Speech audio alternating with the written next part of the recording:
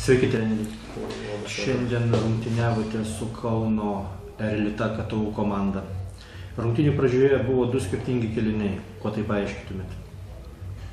Tai jeigu pastebėti, jau ne pirmą kartą ta problema pas mumis iškyla.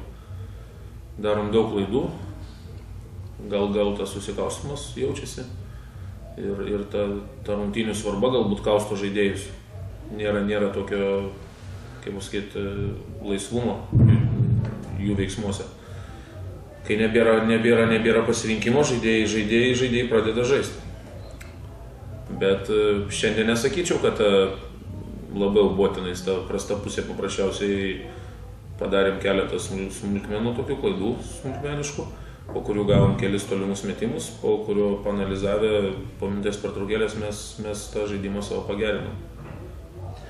Po didžiosios pertraukos žaidimas pagerėjo ir mačo nugalėtojas sprendėsi pačioje rungtynių pabaigoje. Ko pritrūko Triobet komandai, kad išplėšti pergalę? Truputėlį gal šaltesnių nervų pritrūko. Smulkmenos vėl gale, kelios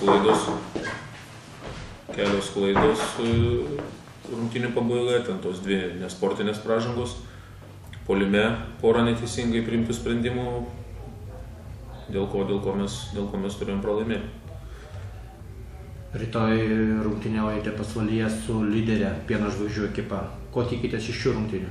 O ko čia mums tikėtis? Mums nėra ko praras. Mes važiuosim, kad ir neturime tos pilnos sudėties. Praktiškai tik 7 sveiki žmonės yra šiai dienai. Važiuosim, žaisim, matysim, kaip bus. Tikrai nevažiuosim 140-150 km tokiu oru ten nueiti ir padovanoti šventę priešininkui. Žaisim, kiek mūsų jėgos leis. Ir kausimės.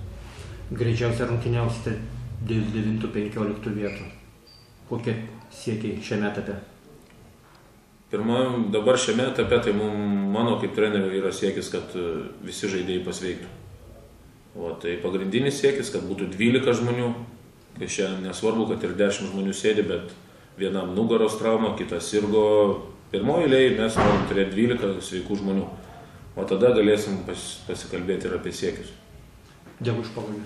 Dėkui jums, viso gero.